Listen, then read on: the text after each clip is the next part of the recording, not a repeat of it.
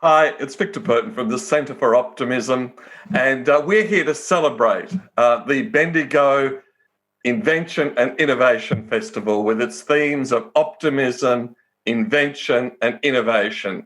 And today I'm absolutely delighted to be talking to someone who I've admired for years. Damian Wells, who is the CEO of Coliban Water, epitomises what I would call Australian leadership: egalitarian, self-effacing, plain speaking. But most of all, he is a realistic and infectiously optimistic leader. Damian, welcome. G'day, Victor. How are you?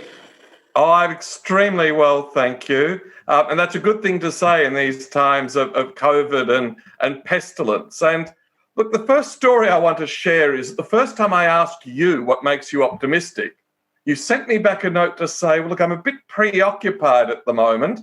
And you were, of course, in a frame, in a hospital bed, having broken your neck just before you were due to start this important job as CEO of Coliban Water. So would you share that story of what happened to you and what you learnt about yourself, your optimism and your resilience and your recovery?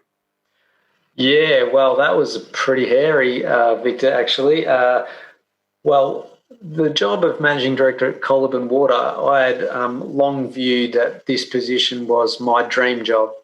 And I couldn't believe my luck when the job became available last year. And I applied and I put a lot of energy into the process and was just regard myself as super lucky that I was able to secure the position. In finishing up my previous role at EPA Victoria, which I thoroughly enjoyed as well, I managed to negotiate having a week of gap in between finishing one job and starting the new job at Coliban Water. And, something you don't get to do very often, on a Tuesday in the middle of the day in this week off, sneak out to Harcourt, to the new mountain bike park to go for a ride. I love mountain bikes. I've always loved everything on two wheels since I've been a kid: BMXs, mountain bikes, motorbikes. And I've had a lot of luck, probably from a bit of optimism. However, this day I didn't have the best of luck, and I was really having a bit of a go down a particular trail, which in large part isn't actually that technical, and I've done heaps more technical trails out there. But long story short, over the bars, and I really knew something had happened. I heard a little click in my neck, and I hadn't felt that before. And with the aid of one of my mates who I was with, he actually sort of helped me to stand up. And then I quickly grabbed my head because I could feel there was nothing holding the weight of my head. It needed support. So I grabbed my head and I said, I think my neck might be broken. And so I then had to sort of hold my head and sort of drop down to my knees and get down into a horizontal position. And at that point, we decided to call 000. And I've got to say the paramedics were absolutely fantastic. It was a pretty cold day and it took a while. I was laying on the forest floor in Harcourt and, got a little bit cold, but in the end, fantastic care from those wonderful and highly skilled paramedics. Took me from Harcourt direct to Royal Melbourne Hospital, where I had some scans that did reveal I had fractured my neck. My C2 was broken, and I might add, only bone I've ever broken in my life.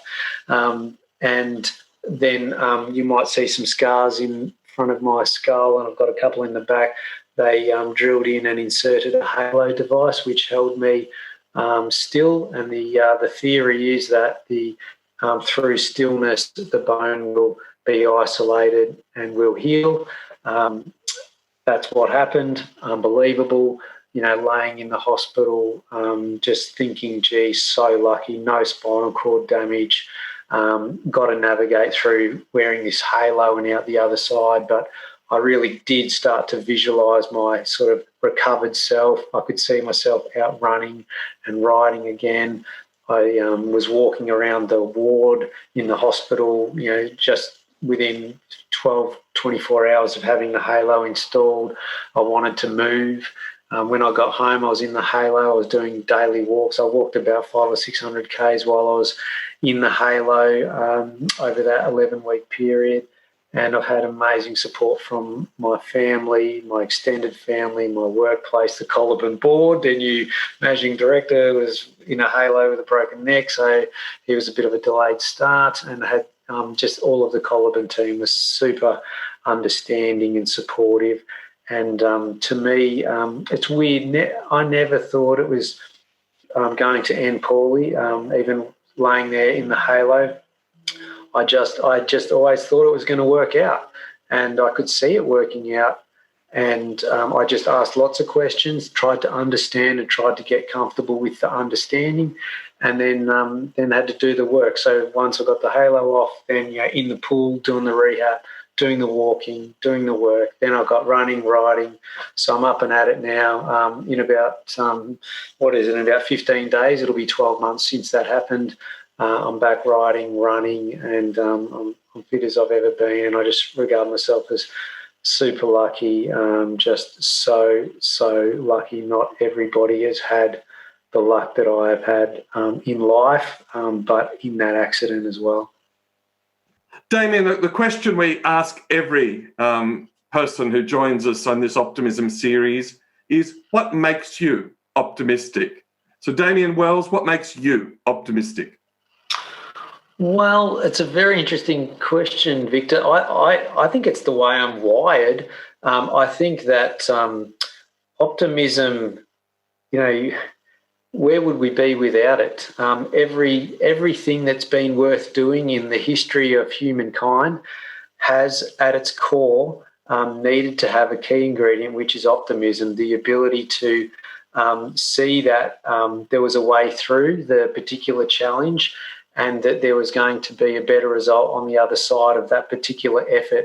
I love working with other positive and optimistic people. I love seeing, whatever a given challenge might be, and working with the team to try to resolve and work our way through that, whether that's a team at work or a team across agencies or a community team. They're the things that make me optimistic. And I think having experiences of positive outcomes and seeing the result of that optimism, things sometimes go better than expected, or work out in a different way than expected, but a positive way nonetheless. And even when things don't go fully to plan, we're always learning something, and that really starts to build into future success. Something about optimism for me, I think we should trust our gut a little bit more than we do in the modern day. Our gut, people think it sounds a bit agricultural, but I think our gut is bringing together a lot of experiences and knowledge and skills and forming a judgment. And I think sometimes our gut is telling us that we can be successful in something, or it could be warning us against something else. But either way, I think our gut has some real value to play in terms of us navigating some of these really significant challenges that we're all facing currently. It's a brilliant answer, because Harvard and the American military, their definition of optimism that they're using in all their health analysis says that good things will happen and that things will work out in the end. And the science is so strongly in favour of what you say. The Vienna Medical School last week published a report on optimism and sleep disorders. And they said that optimists suffer much less of sleep disorders, but also that better sleep improves optimism. But the interesting thing is their conclusion was the best intervention to help people be more optimistic is that exercise the American military now uses called My Best Self. So you imagine yourself 6 months hence, 12 months hence, or 2 years hence, and spend 15 minutes writing it down, although in your case in the hospital bed, you had to do it all in your head. But the wisdom encompassed in what you say is something that everyone can adopt, whether it's a child or an adult, whether it's someone in a hospital bed or just someone imagining their dream job. Well, look, absolutely, Victor, and I think we should also be clear. It's not all beer and skittles. This idea about commit before you know how. Things don't just come easily just because you're thinking positively about it. Yes, that's the start. So you've got to think positively about it, but you've got to be prepared to do the work. You've got to be prepared to take a risk, to put yourself out there, to say something that someone else may not be willing to say, or to, if it's the case of building fitness, you can't just will yourself to be, fit. You've actually got to get out and do the work. But when you can see yourself in that future state, that's all part of the journey in the process. It's a weird thing, but I'm a really big advocate and believer in it. See that future that is where you want the result to be, whatever the given issue, matter, or personal self thing is. But then you've got to do the work. And some days are a bit harder than others. But also listen to your body. Don't just push yourself till you're broken because that's no good for anybody.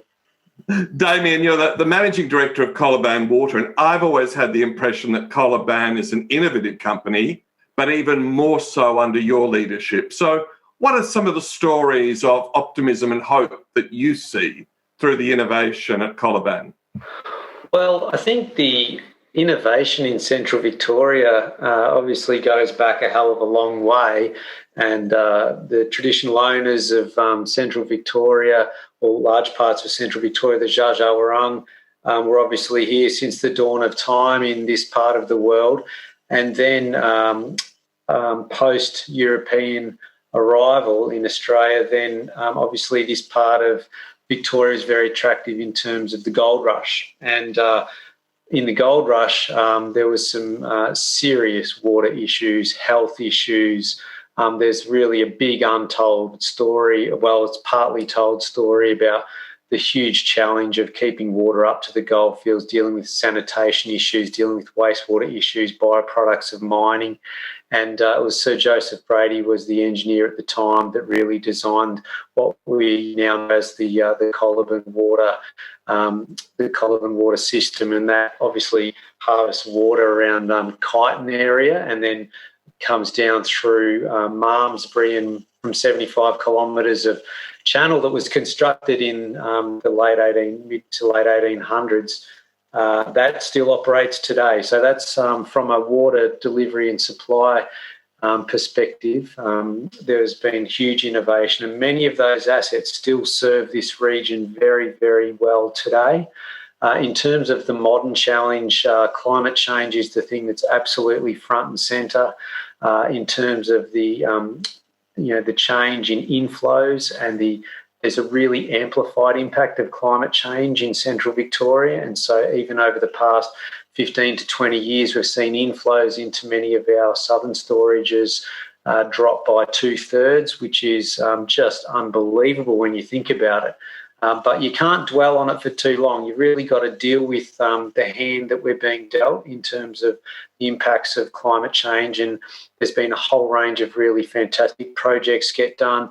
Obviously, in the Millennium Drought, the Goldfields Super Pipe was constructed to bring water from the Goulburn system across and connect Bendigo to an alternative water source there. That was a big project, huge project, and probably the best part of a couple of $100 million of investment. And that pipeline also goes on and connects into the Central Highlands system across to Ballarat. So it's a huge piece of Victoria's water grid and serves to have great water security outcomes for this part of the world. When you think about climate change, you also got to think about peak daily demands. Can our water treatment plants keep up with what people now need on those really, really hot days?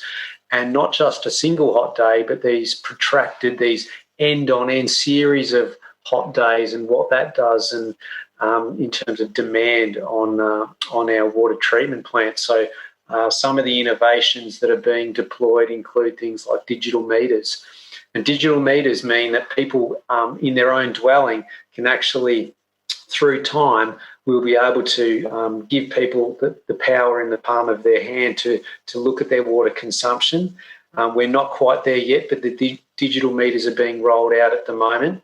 And then we can even start thinking about other innovations. Once you've got the digital meter, you can start thinking about time of day pricing. So you can try to, very topical analogy, flatten the curve, if you like, but flatten out that demand so that you can avoid further big capital imposts on our customer base, which means you would have further upward pressure on price. So there's some really significant innovations in that regard. There's many projects right across our region that we're trying to roll out, and it's really about trying to strike that balance of giving fantastic water services for people, and we talk about water to live, grow and enjoy. We really want that for our communities and for our customers. We really want affordable water services as well, and that's a significant challenge. So everything we do is done with our customers' money. We're funded by our customers. When we do something, they're long life assets. The model in Victoria and across the nation is that we borrow money on behalf of our customers with our customers' money to make investments for the long run. And through price, customers help to repay that debt in exchange for getting their water services. So we're very mindful that we have to eke out all of the value we can from our customers' funding. But I love the way you talk about empowering the customer. So that notion of the smart meter can then connect up to smart appliances. So, you wash your clothes at midnight rather than at peak demand time. Are you doing anything around the recycling space and waste to energy space? Yeah, look, that's one of the other big challenges, and in terms of obviously government needs to lead from the front in terms of reducing carbon emissions. Certainly the Victorian water sector has been thinking about this for some time. Some have made some incredible investments in a whole range of technologies to improve their use of renewable energy and to get their carbon emissions down. I would say that Coliban Water is still relatively early on the journey. We have, however, signed up to something called zero emissions water, which is, in effect, it's a financial instrument, but without going into too much technical jargon, basically it's access to a huge solar farm that's being built in the northwest of Victoria, and that enables us to source energy in alternate ways. And so that helps us reduce our emissions, reduce our carbon footprint, but also gives us a hedge in terms of our energy costs, which is, again, part of that value creation for our customers. Certainly one of the other things that we're doing a fair bit of and more this year is solar panels. Solar panels at our treatment plants and elsewhere. Obviously, water corporations have the advantage of being significant land holders, and so it's about how do we optimise the use of that land to reduce carbon emissions and also to reduce our overall operating costs to, again, try to keep a lid on that price for our customers to keep water as affordable as possible. So one of the things we're celebrating, obviously, is the Bendigo Invention and Innovation Festival. And their theme is optimism, invention and innovation. And, the research shows that it's very hard for a pessimist to be innovative. They get ground down in why things went wrong, what went wrong, who's at fault. Whereas the optimist accepts that shit happens. And you think of someone like Dyson, who says, look, he had 5,000 models of the vacuum cleaner before he had his overnight success. So for you, as a leader in an innovative company, in an innovative region, with a history of innovation going back thousands of years, what do you see as the connection between innovation and optimism? Well, I think that one of the most powerful things I've ever learned, someone once told me, you have to commit before you know how. And to me, making a commitment to something is the very key, precondition to success. If you take the view that I have to map out every possible scenario and determine every possible thing that could go wrong, and I'm going to have a risk management plan for every possible scenario. We know that you do just get bogged down. Now, of course, we have to be sensible, we have to be prudent, we do have to manage risk. But at the end of the day, it's really about having a commitment to a goal. And I see a key role of leaders is to rally the team around that goal, to explain why that goal is important, to explain the value that that goal is going to generate if we achieve it for our customers, for our community, for our deliverability of our region. And once I think people are enrolled in that goal, then you are off and running. And people start just getting things out of the way that are barriers, climbing over, going under, going around, making the magic happen. And to me, that commit before you know how is absolutely critical. I think Gonski, the chairman of ANZ, his criticism of most Australian boards now is that they're obsessed with managing negative risk and they've lost touch with opportunity. And I think you've put that just beautifully. So when I was doing my research for this series, I came across the website of the Bendigo Senior Secondary College. And their central value of that college is optimism. And if I can read it to you, their core value is being enthusiastic in our living, learning and contributing, embracing opportunities to make a difference, being resilient and persistent in adversity. And thousands of teenagers and young adults have now left that school during the time that that's been the core value. So, you know, as a large employer in the area, do you think it was Bendigo that brought the optimism to the senior secondary college, or the senior secondary college itself has been successful in infecting the community with optimism? Yeah, look, that's fascinating, Victor. Look, I'm sure it's a little bit of both, but isn't it so fantastic that our key educational institutions have really identified the value of being optimistic and being enthusiastic. And my niece actually goes to that school, and you know, I hear some very, very good reports about her experiences there. And look, I think Bendigo is such a wonderful place to live. I will spruik it till the cows come home. I will grab anyone that is within earshot and tell them how good Bendigo is. There's so much to love about the livability of Bendigo. They talk about Bendigo as city in the forest. We're surrounded by a beautiful national park and regional park. I back onto the forest where I live. This morning I got up early and went out for a mountain bike ride with the headlamp on, and I'm in the bush, and that is so good for the soul, to be out and amongst it, to see the sunrise. You can do all these things so easily from Bendigo, but we have all the mod cons, as they say, of a city. You know, we're a very significant, thriving city. We've got a fantastic art gallery, which everybody talks about. You've got a fantastic and recently upgraded airport, which we've got flights suspended at the moment, but recently flights commenced to Sydney. We've got a fantastic train service connecting Bendigo to Melbourne.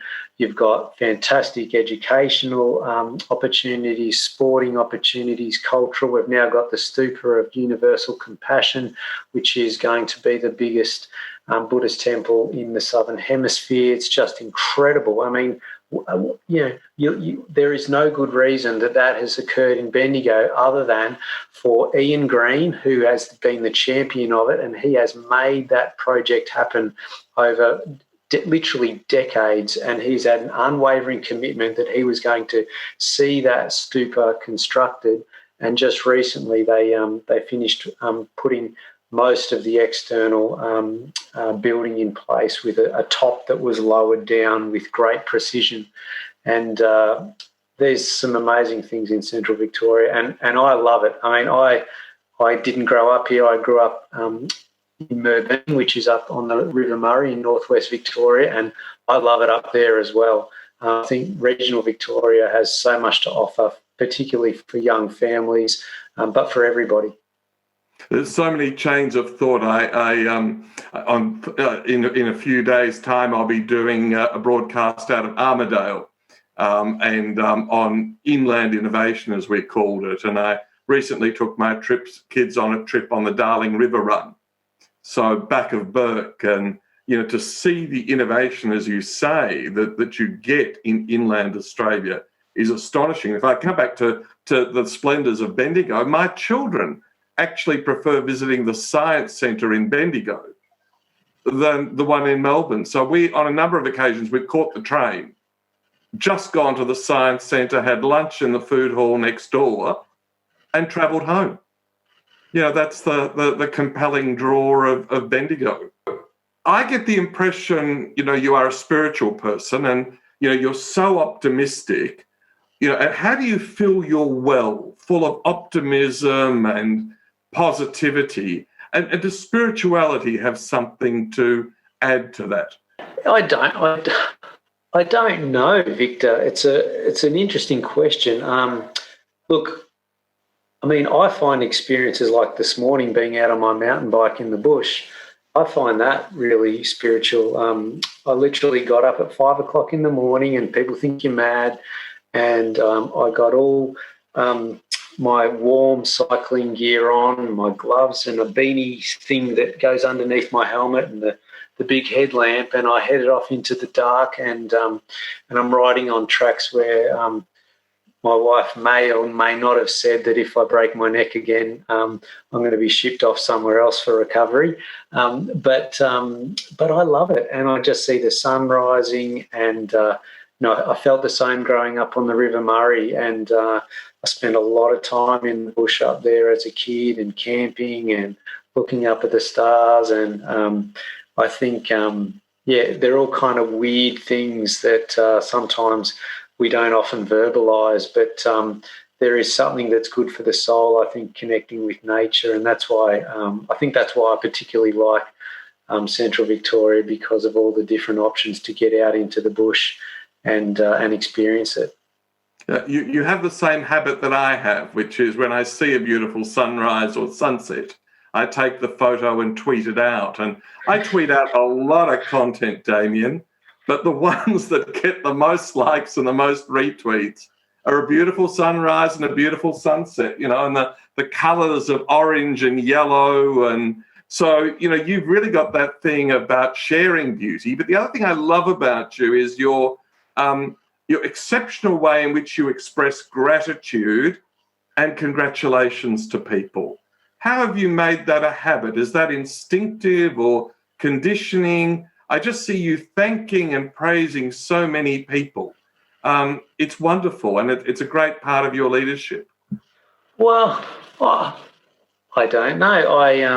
I think it's really important, first and foremost, to give credit where credit's due. I think acknowledging people's efforts and contributions is important. And I think there's a lot of people who go about their daily work or their daily contribution in whatever way, shape or form that may be. And a lot of people may forget that a little bit of acknowledgement and saying thank you actually goes quite a long way.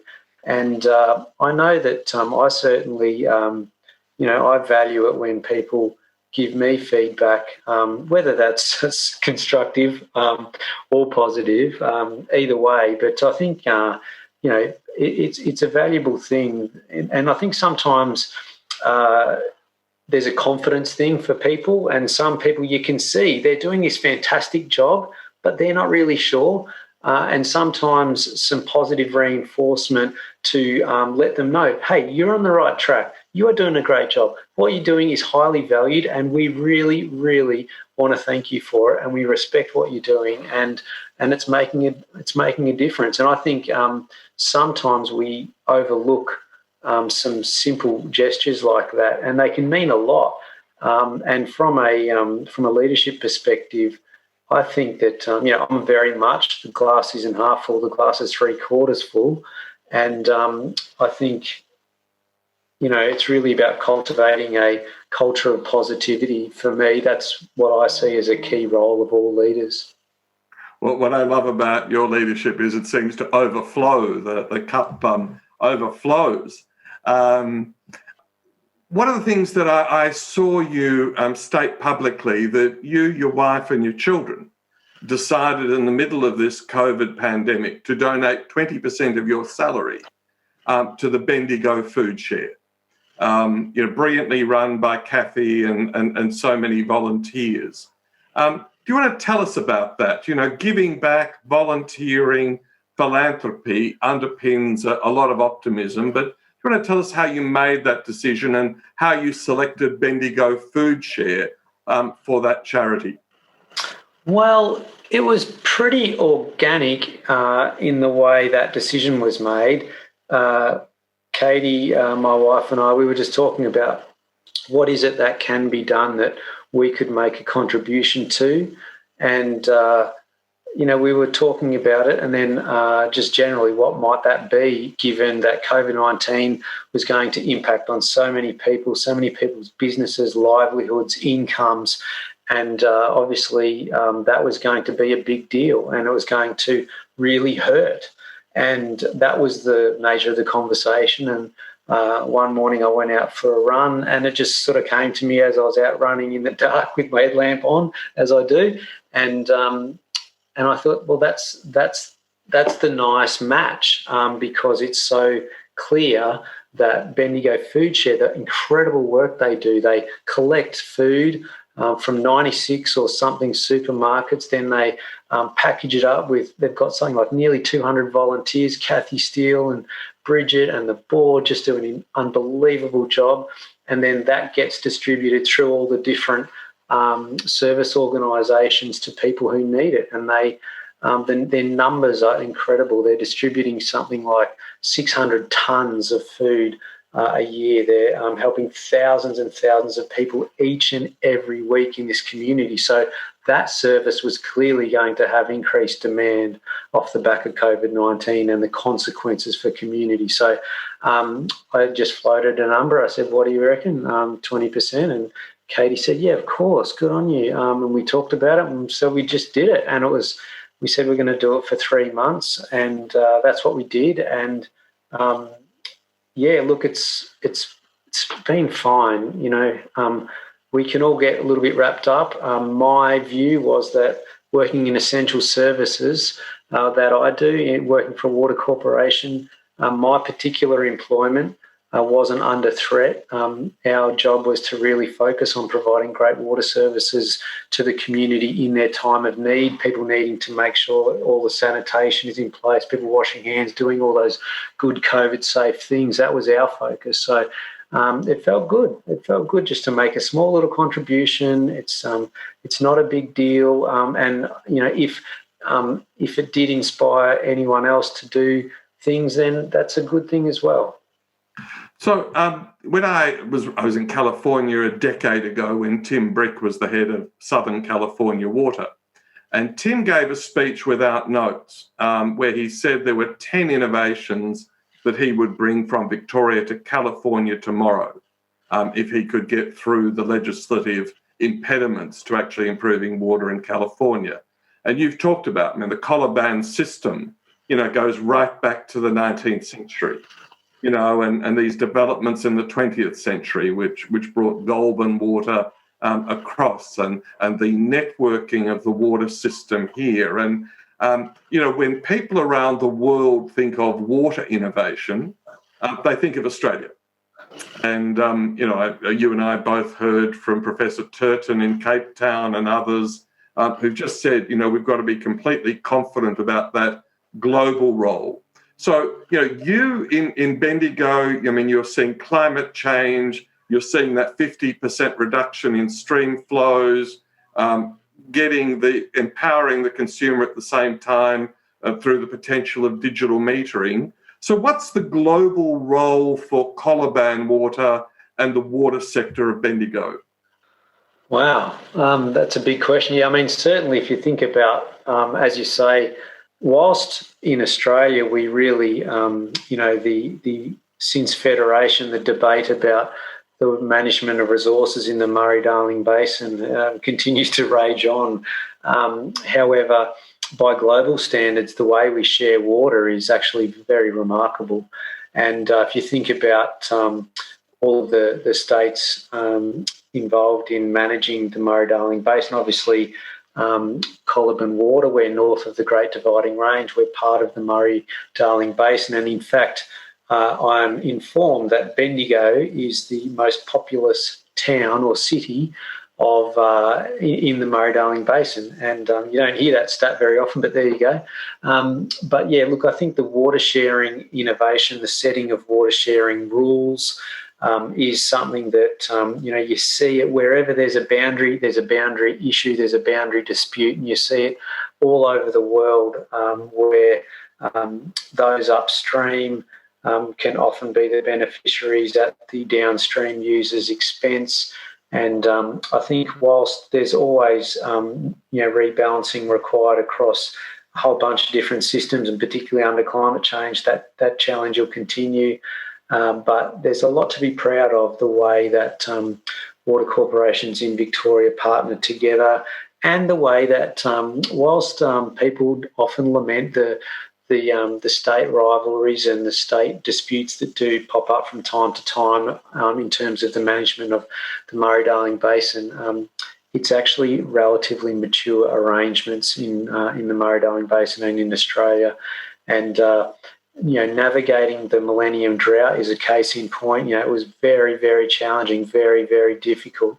However, the states came together, they worked it out, and whilst there were enormous costs in agriculture, there were many towns that had very harsh and severe restrictions.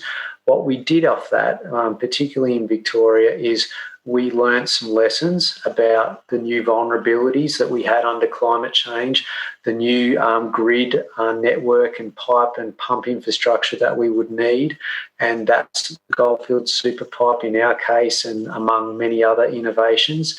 And that has positioned us well, although, as we know, the job is never done, because population grows, the challenge of climate adaptation continues, and certainly some of the small towns and settlements in New South Wales just recently, obviously New South Wales had some fantastic rains just in the past 6 months or so, but before that they were in a very diabolical situation in terms of drought. And I think that some of those significant investments that have been made in Victoria and will now be made in New South Wales. So the overall climate resilience story continues, and there's always more work to do, particularly as population grows and affluence around the world. Well, Damian, this has been brilliant. I've always thought of you as an innovative leader and an innovative leader in the Bendigo region. We're celebrating Bendigo's optimism, innovation and invention. Thank you so much for joining us today and sharing your story with us and the viewers. Absolute pleasure, Victor, anytime whatsoever. And yeah, look, encourage everybody to keep an eye and get involved in the festival. So thank you. That conversation. Please get involved in the Bendigo Invention and Innovation Festival, biff.com.au, and also feel free to get involved with the Centre for Optimism at centreforoptimism.com.